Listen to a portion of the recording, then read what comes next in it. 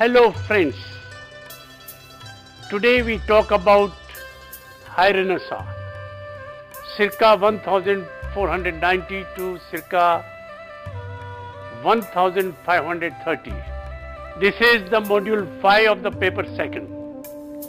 Our objectives in learning this module are as follows. Acquaint about High Renaissance. Illuminate on various aspects and features of art and architecture of High Renaissance.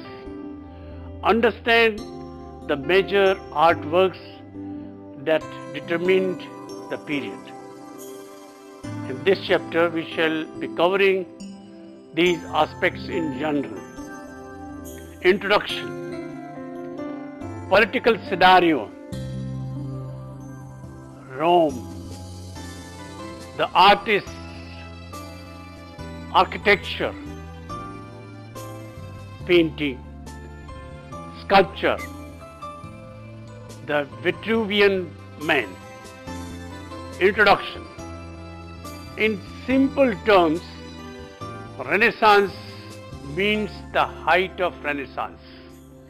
The term high indicates the esteem and the regard with which the period is held. It spans the 4 decades from 1490 to the sack of Rome in 1527. Artists now no longer pondered over the art of antiquity. They now had the tools, the technology, training, and confidence to go their own way, secure in the knowledge that what they were doing was as good or better than anything that had been done before. As philosophy began to focus on individual, art changed itself to focus on the human. Sculpture, painting and architecture rose to new, exciting heights and were admired by all. As the use of the printing press grew, there was a greater spread of ideas and artists could sell their prints of their work. Travel also increased during the High Renaissance. Therefore, art became more international. Political scenario. Politically, the High Renaissance was the time of tension and turbulence. The French invaded northern Italy and sacked Milan.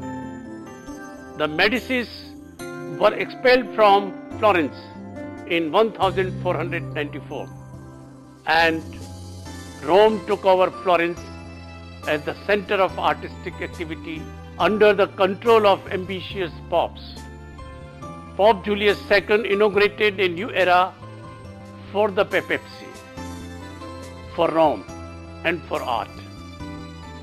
Leonardo, Michelangelo and Raphael expanded their capabilities and style to keep in peace with the Pope's commissions. Pope Julius II, papacy 1503 to 1013, an enlightened humanist, patronized the greatest contribution to the High Renaissance. His successor Leo X, papacy 1513 to 1521, continued the great work, but political perils were too high. In 1527, the Holy Roman Emperor Charles V invaded Italy and sacked Rome. In the world, other greater things were happening. Christopher Columbus' discovery of Americas in 1492, together with Magellan's first circumnavigation of the world in 1522, traced the prevailing dogma of a flat earth. In 1512, Copernicus placed the sun, not the earth, at the center of the visible universe. These discoveries rocked the foundations of theology, along with many assumptions about human life. In 1517, Martin Luther posted his 95 theses in Wittenberg, triggering the Reformation and plunging much of Europe into chaos. This led to a number of military conflicts between Charles V, ruler of Spain, Austria, the Low Countries and the southern Italy, Francis I of France, Henry VIII in England, and the popes in Rome. When Lorenzo the Medici, arguably the greatest of Medici, died in 1490, it brought closer to a great era in Florence. With Savonarola now dominating Florence and Medici family fleeing to Rome, Florence could never recover. But Florence had already trained its artists who went to other places and made them richer. While High Renaissance happened a bit in Milan, a bit in Florence, a whole lot happened in Rome. Rome was getting re-recognized under the popes. It was obvious that the big three prosper in Rome.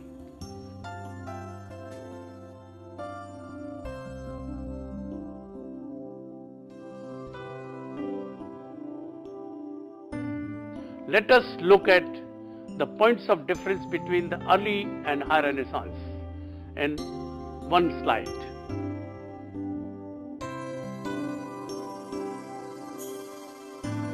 The artists: Leonardo da Vinci, 1452 to 1519. Bramante, 1044 to 1540. Michelangelo, 1475 to 1564. Raphael, 1483, 1520. In Venice and Giorgione, 1477 to 1510. Titian, 1485 to 1576. And Bellini in Venice are the key artists of the High Renaissance. These artists and others possessed the combined skills of painter, sculptor and architect in one. All artworks were a culmination of the relationship of the individual to the natural world around him. Leonardo was the ultimate Renaissance man, a solitary genius to whom no branch of study was foreign. Michelangelo emanated creative power, conceiving vast projects that drew for inspiration on human body as the ultimate vehicle for emotional expression. Raphael created works that perfectly express the classical spirit, harmonious, beautiful, and serene. Da Vinci emerged as most influential artist and thinker of the time, and perhaps in the history of Western art. The legacy of High Renaissance is primarily seen through the continued use of Da Vinci's innovative approaches to art making, such as freehand sketching and subtle tonal gradation, also known as sfumato. Michelangelo's sculptures are examples of amazing technical abilities that blended with his ability to bend rules of anatomy and proportion. However, his most powerful work is the giant ceiling fresco of the Sistine Chapel in the Vatican, completed over 4 years, from 1508 to 1512.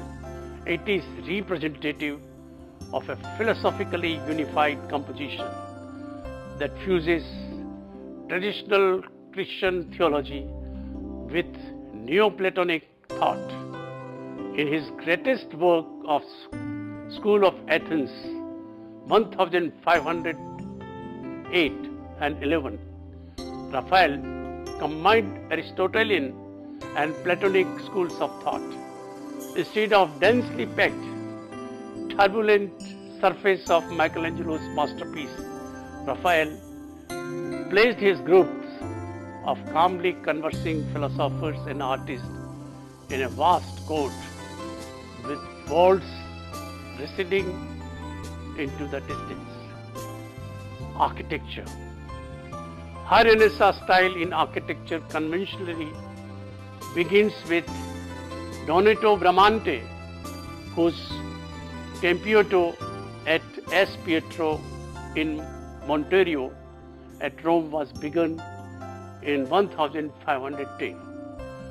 The Tempietto signifies a full-scale revival of ancient Roman commemorative architecture. David Watkins writes that the Tempietto, like Raphael, works in the Vatican 1509 to 11, is an attempt at reconciling Christian and humanist ideals. High Renaissance found its expression in Donato Bramante, Raphael, Michelangelo, Baldassare Peruggi, Michael Sanmicheli, Jacopo Sansovino, Giulio Romano, Andrea Palladio, and Vincenzio Scamozzi. Their predecessors, namely Filippo Brunelleschi, 1377 to 1446, Leon Battista Alberti, 1404 and 1472, Giulio da Sangallo, 1443 to 1516, had already rediscovered classical Greek and Roman architecture and rejuvenated Italian Renaissance. Greek orders of architecture were discovered, along with ideal building proportions, with Doric and Corinthian columns were incorporated into a variety of religious and secular structures. Renaissance domes begin to appear, crowning the tops of churches and palaces. High Renaissance architecture is best exemplified by the works of Donato Bramante, notably the initial design for the dome of New Peter's Basilica in Rome, as well as the Tempietto at Pietro in Monterio, a centralized dome that recalls Greek temple architecture.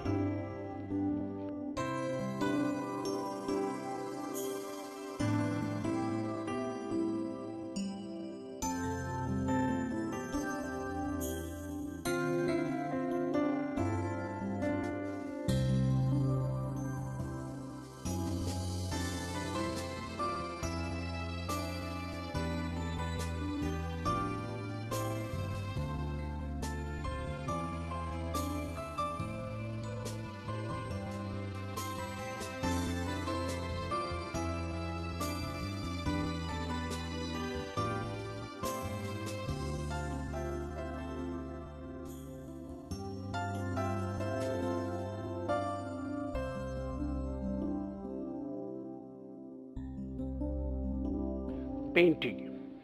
Painting in the High Renaissance was characterized by the following.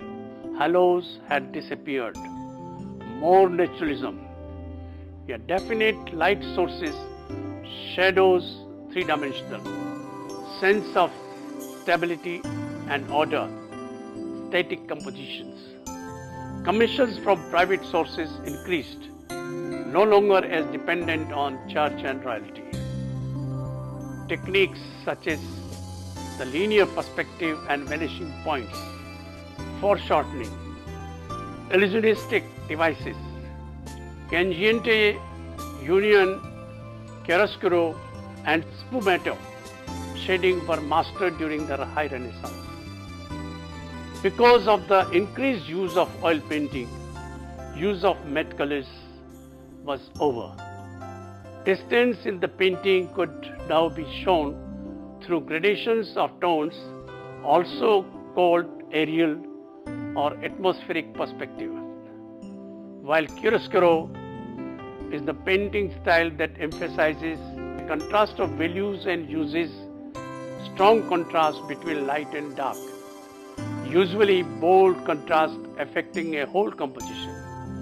Sfumato shading emphasizes on shading without lines or borders. In manner of smoke and beyond the focus plane, Mona Lisa's eyes are a perfect example of that. Cangiati is when the painter uses another color or another hue. At times when the original color or hue cannot be made light enough, or on the converse, changing to a darker hue when the original hue cannot be made dark enough. This allows the painter to heighten certain aspects of the composition in a deliberate and interesting manner. Unione, very similar to Sfumato, emphasizes the smooth transformation of colors without leaving a trace of hard lines. Through playing with the intensity of colors, it does not let loose the bright eye soothing spots in the painting, which makes the picture more vibrant.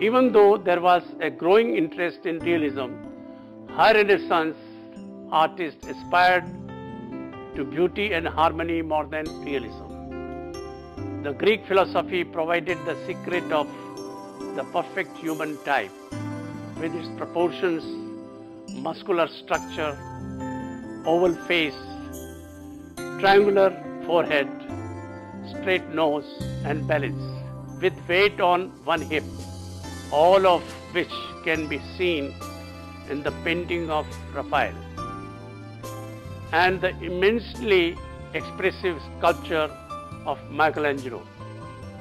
The latter in particular was never afraid to bend the realistic rules of anatomy and proportion, and in order to increase his power of expression.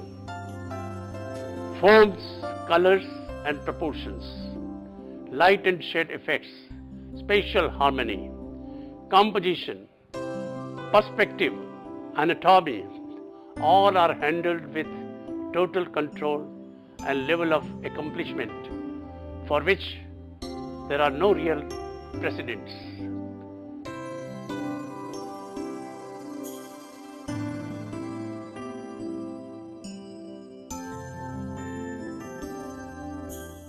It was through classical Greek philosophy that the Renaissance theorists and artists developed their idea of humanism. Humanism was a way of thinking which attached more importance to man and less importance to God. It imbued Renaissance art with its unique flavor, as exemplified in works like Leonardo's Mona Lisa, a non-religious painting, Michelangelo's David, a more human than religious statue, and Raphael's cool secular fresco, School of Athens. Even when high Renaissance artists painted a religious painting or sculpted a religious scene, very often they were not glorifying God but man. They were exalting the ideals of classical aesthetics.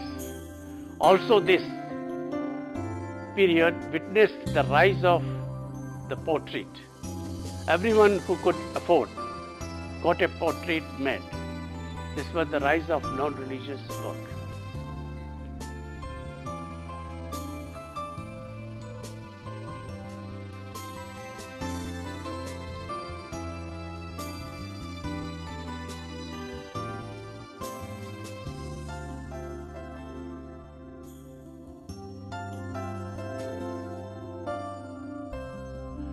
Sculpture.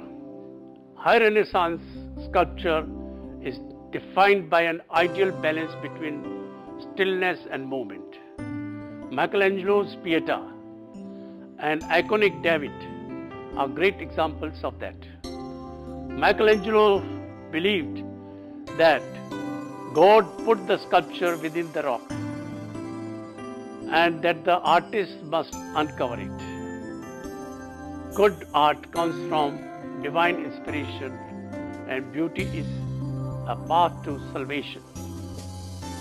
Sculpture, used primarily to decorate or embellish architecture, was commissioned by the state and the public. There was the development of small-scale statues for private patrons. The creation of busts and tombs also developing. The subject matter related to sculpture was mostly religious, but also with a significant strand of classical individuals in the form of tomb sculpture and paintings as well as ceilings of cathedrals.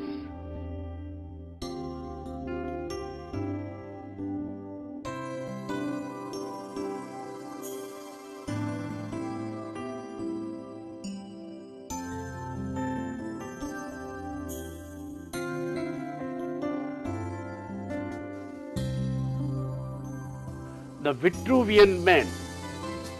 Da Vinci created the proportions of men in his most famous drawing, the Vitruvian Man.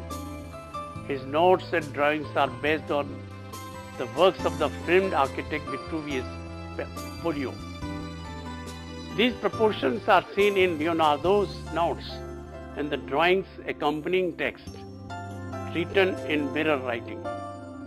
It was made as a study of the proportions of the male human body as described in Vitruvius.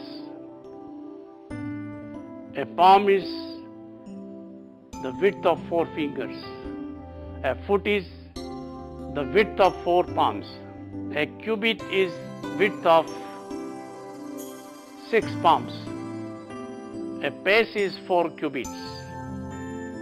A man's height is 4 cubits and thus 24 palms. The length of men's outspread arms is equal to his height. The distance from hairline to the bottom of the chin is 1/10 of men's height.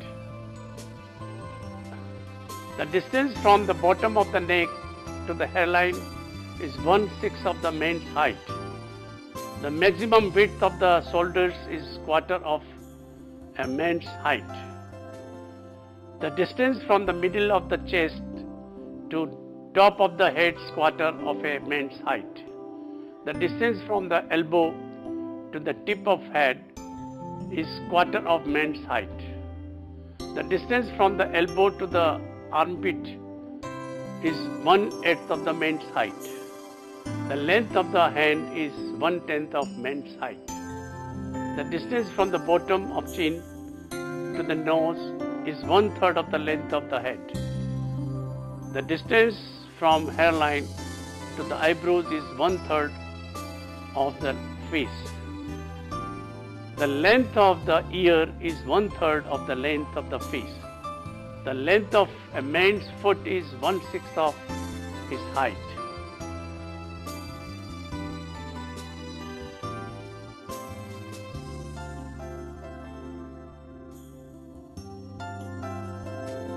There were developments in the field of music as well. Sistine Choir, which performed its services when the Pope officiated, drew musicians and singers from all of Italy and Northern Europe. Among the most famous composers who became members were Josquin de Presse, 1445 to 1421, and Giovanni Periologi da Palestrina 1525 to 1584. Before we end, let us encapsulate High Renaissance feature again.